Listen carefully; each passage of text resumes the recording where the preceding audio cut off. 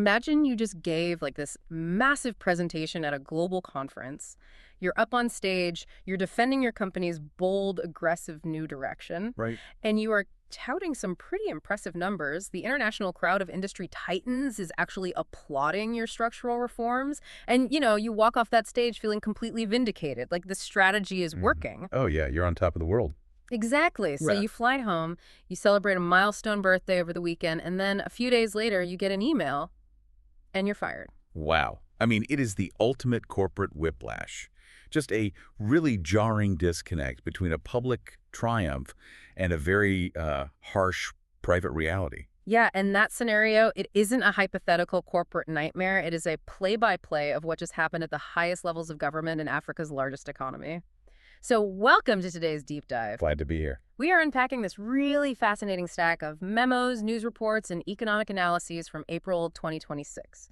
And the focus is this sudden major cabinet reshuffle by Nigerian President Bola Tinubu. Right. And it's a changing of the guard that has financial capitals all around the world paying very close attention, primarily because it highlights this incredible friction between sweeping national policy and, well, the daily lives of citizens. Yeah. So we are looking at the abrupt removal of Wale Edun. He was the veteran minister of finance, a major political heavyweight with serious international clout. Huge clout. Right. And he's been replaced by Taiwo Oyedele, who is essentially a tax technocrat, a guy who had been sitting in the cabinet for a mere 5 weeks. So the mission for us today is to understand this swap. Like, what does it signal about the clash between high-level macroeconomic data, the stuff that looks beautiful on a spreadsheet, and the brutal microeconomic realities of everyday citizens? Well, to set the stage, we should probably look at the official context provided in our sources. Sure.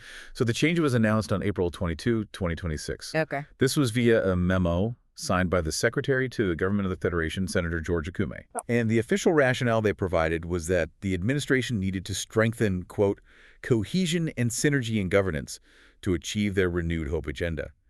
The memo also hinted that this process of reinvigoration would be continuous. Okay, cohesion and synergy. I have to stop you there because that is, that's the classic hollow HR speak of the political world. Oh, absolutely. It's polite, it's bureaucratic, and it tells you absolutely nothing about what actually went wrong. Yeah, it's entirely opaque by design. But when we bypass those official press releases and comb through the underlying economic data and the timeline of events from these sources, a wildly compelling story emerges.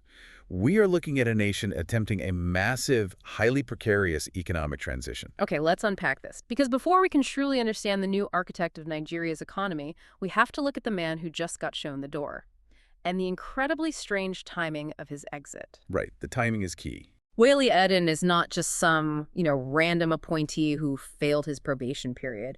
This is a 70-year-old veteran economist. He's an investment banker, and crucially, he is a long-standing trusted ally of President Tinubu. We're talking decades of shared history here. Decades, yeah. Edun served as Tinubu's finance commissioner in Lagos State way back from 1999 to 2007. And that historical context is vital. Edun was the trusted pair of hands on the steering wheel, right? When he was appointed Minister of Finance and Coordinating Minister of the Economy in August 2023, it was a signal of serious intent from the administration. Yeah. And the international community loved him. He even became the chairman of the African Governors Forum of the World Bank that same year. Which is a big deal, right? A massive deal. He was the first Nigerian to hold that specific role in 60 years. Wow. And, he needed all that international clout because he was the face of some incredibly painful reform. He really was. He oversaw the removal of petrol subsidies and the unification of foreign exchange rates. Now, the international community, the IMF, the World Bank, they praised these moves. They said it stabilized the Naira from its complete collapse in 2023. Yes, they did. But let's pause because these terms, subsidy removal, exchange rate unification, they get thrown around a lot in financial news.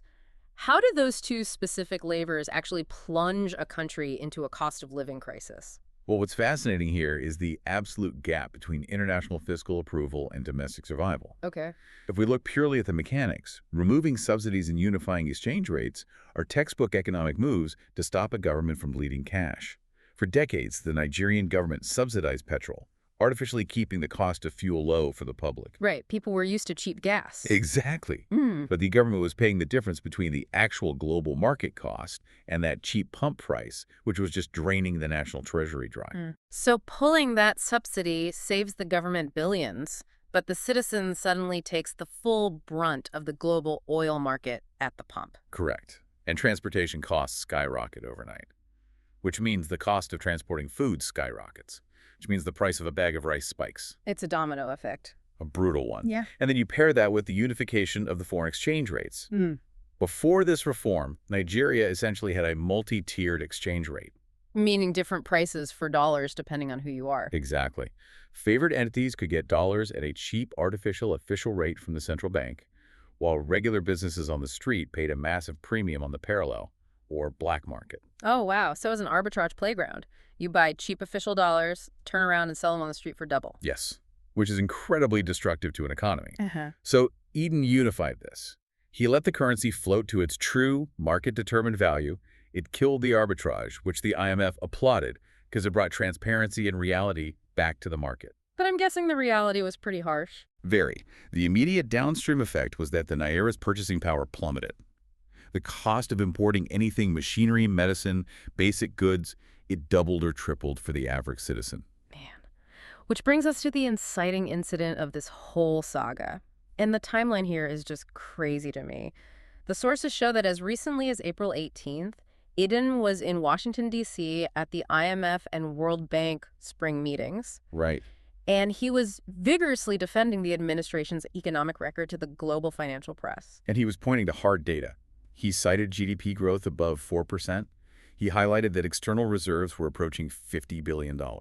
That sounds great on paper. It does. He noted that inflation was finally beginning to ease. He basically painted a picture of a country that had endured the shock therapy and was now transitioning from stabilization into actual growth. Okay, so he's taking a victory lap. He turned 70 on April 20, and on April 22, he's out. Removed from the cabinet. Yep. Fired. It's like a surgeon stepping out of the operating room, taking off his mask, and telling the cameras the procedure was a textbook success, while the patient is still screaming in agony on the table. That's a very vivid way to put it, but yeah. I have to push you on this, though. If the macro numbers, the growth, the reserves were actually improving, as Edun claimed in Washington, does this sudden firing reflect an internal communication breakdown? Or is it simply that the administration realized the patient was screaming too loudly? Okay, so the political heat became too hot and Edun takes the fall. But firing the architect doesn't fix the house. And what's wild is the administration didn't reverse the policies. Instead, they made a wildly counterintuitive hire. They really did. If a veteran political ally with international clout wasn't the right fit, they didn't bring in another politician. They brought in a technical specialist.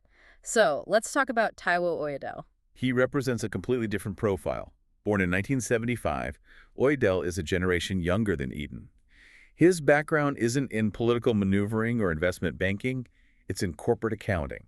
Okay. He spent 22 years at PricewaterhouseCoopers, PwC, eventually rising to become their Africa tax leader. So he is a numbers guy through and through. 100%. And the Nubu brought him in back in July 2023 to chair the Presidential Committee on Fiscal Policy and Tax Reforms. And he didn't just write a report that gathered dust. The sources show he produced 4 massive landmark legislative instruments. Yes. The Nigeria Tax Bill, the Nigeria Tax Administration Bill, the Nigeria Revenue Service Bill, and the Joint Revenue Board Bill. That's a lot of bills. It's a fundamental rewiring of the Nigerian tax code. These were passed by the National Assembly in June 2025 and took effect on January 1st, 2026. Let's look at what these bills actually did, because the changes are like structural earthquakes. He consolidated over 60 different taxes into fewer than 10. Right. He exempted individuals earning up to 800,000 naira annually from income tax entirely. He eliminated corporate taxes for businesses with under 50 million naira in turnover. And he threw in a 5-year tax holiday for agricultural enterprises. It's a massive shift. But wait, why is dropping from 60 taxes to 10 such a big deal? Like, why would you lower the number of taxes if the government is desperate for money? Because of the cost of compliance, Right. which is really the driving force behind Nigeria's massive informal economy. Well, imagine a small local bakery. Under the old system, that bakery might be subjected to local government levies, State taxes, federal corporate taxes, signage fees, environmental levies amounting to 60 overlapping, confusing demands. Just to sell bread. Right. And if that small baker has to hire a lawyer and an accountant just to figure out who they owe money to, it's cheaper to just hide from the government entirely. Oh, I see. They operate off the books. That is the core of the paradox. This system was so complex that the cost of figuring out how to pay the tax was higher than the tax itself. That's wild. So by consolidating down to fewer than 10 clear taxes and exempting the smallest businesses entirely, the goal is to make compliance cheaper and easier than evasion. Okay, here's where it gets really interesting. Let's look at Oyedele's timeline into this role because it is basically a sprint. It's incredibly fast. In March 2026, he is nominated to be Minister of State for Finance. He gets sworn in on March 16th. Just 5 weeks later, on April 22, he is handed the full portfolio. He is now the Minister of Finance and Coordinating Minister of the Economy. A 5-week tenure before a promotion of this magnitude is unheard of. Completely unheard of. It's like hiring a brilliant architect to design a custom house and then instantly making them the general contractor to pour the concrete, run the plumbing, and manage the union disputes. That's a fair comparison. Designing policy on paper is a totally different skill set than executive management of a politically sensitive ministry.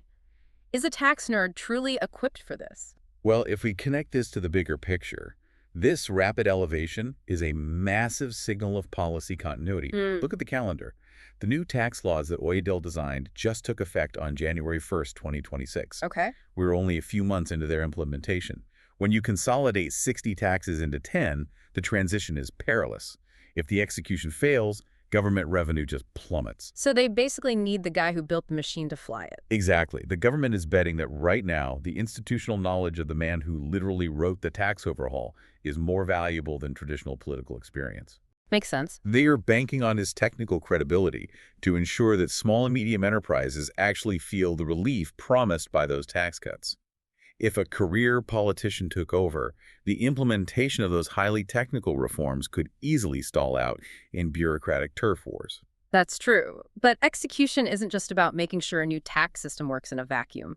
Oyedele is stepping into a role where the financial house he just inherited is weighed down by an astronomical mortgage. Yes, a very heavy burden. We have to look at the fiscal mountain ahead of him because the numbers in these sources stopped me in my tracks. The reality of the 2026 Nigerian budget is what will define Oyedele's tenure, regardless of how elegant his tax policies are. So the 2026 budget totals 68.3 trillion naira.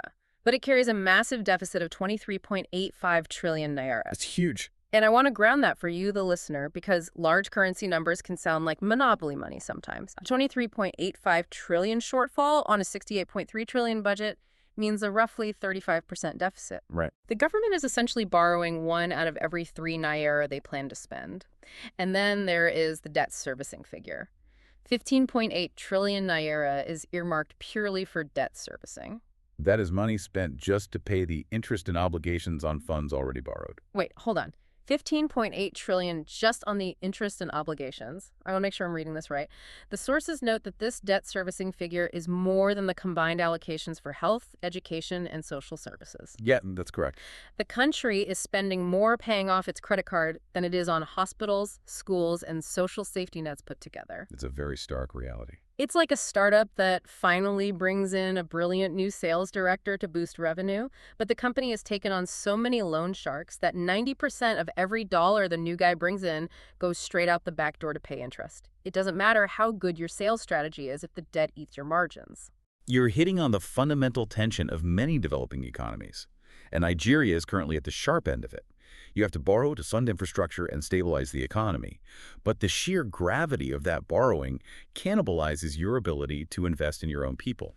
And to compound that reality, the sources note the National Assembly just approved another $6 billion in new external loans. Adding to the pile. Right. So what does this all mean? Why should you care about these massive abstract numbers? Because it is the ultimate test of economic reform. It's the collision of theory and reality. Absolutely. I look at these numbers and I have to push back on this whole strategy. Oyedele just cut taxes for small businesses and low earners. That's great. It's popular. But he inherited a budget where they are bleeding over 15 trillion naira just to pay off debt while actively borrowing another $6 billion. How do you cut taxes and service that kind of debt at the same time? Won't that just blow up the deficit even further? This raises an important question about the underlying mechanism of his tax reform.